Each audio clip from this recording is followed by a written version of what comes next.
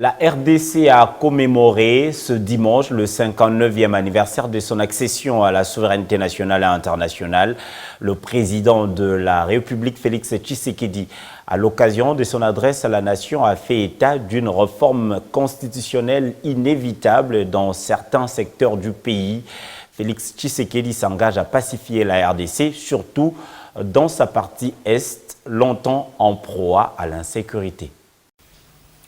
Chers compatriotes, ce 30 juin 2019, la République démocratique du Congo va commémorer le 59e anniversaire de son indépendance.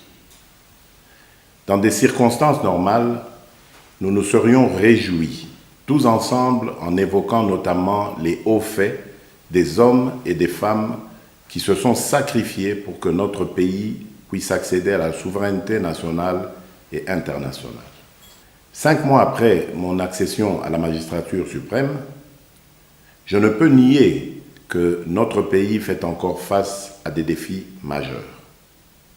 Ils sont énormes, certes, mais pas insurmontables. La problématique de l'insécurité récurrente dans certaines parties du territoire national, principalement dans les provinces de l'Ituri, du Nord Kivu, du Sud Kivu, du Tanganyika, du Kasaï et du Kasaï central est très préoccupante. Je fais du rétablissement de la paix sur l'ensemble du territoire ma priorité, car il y va de la survie de centaines de milliers de compatriotes, de la stabilité des institutions établies, de la relance économique et du climat de paix avec tous nos voisins.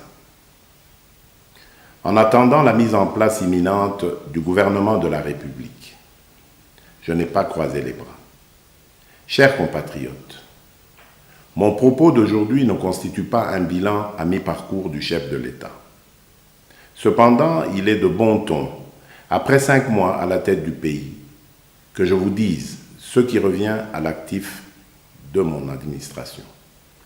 Pour renforcer la lutte contre le virus Ebola, j'ai créé un comité de coordination nationale placé directement sous la tutelle de la présidence qui réunit, outre le ministère de la Santé, des experts congolais dont la renommée en la matière est reconnue au-delà de nos frontières. Mon objectif à terme est d'assurer l'autosuffisance alimentaire à toutes les Congolaises et à tous les Congolais.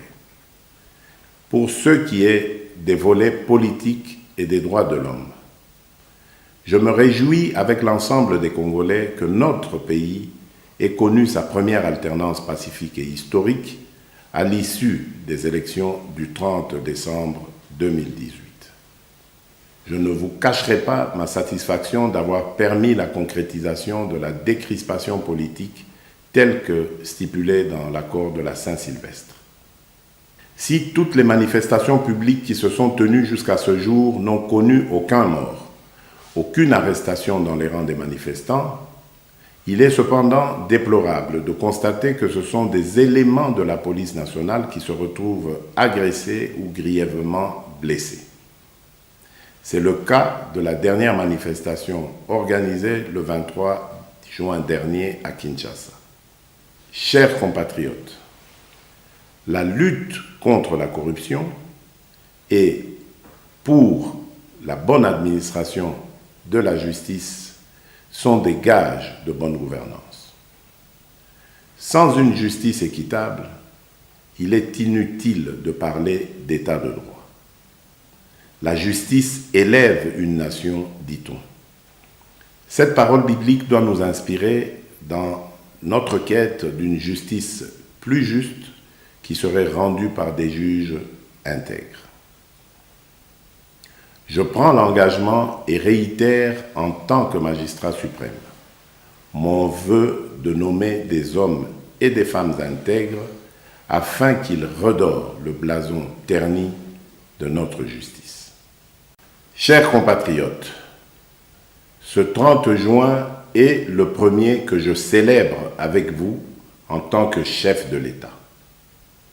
Je l'ai voulu moins fastueux et plus dans la méditation et la prière. ce qui nous permet à tous de faire l'état des lieux afin de mieux nous projeter dans l'avenir.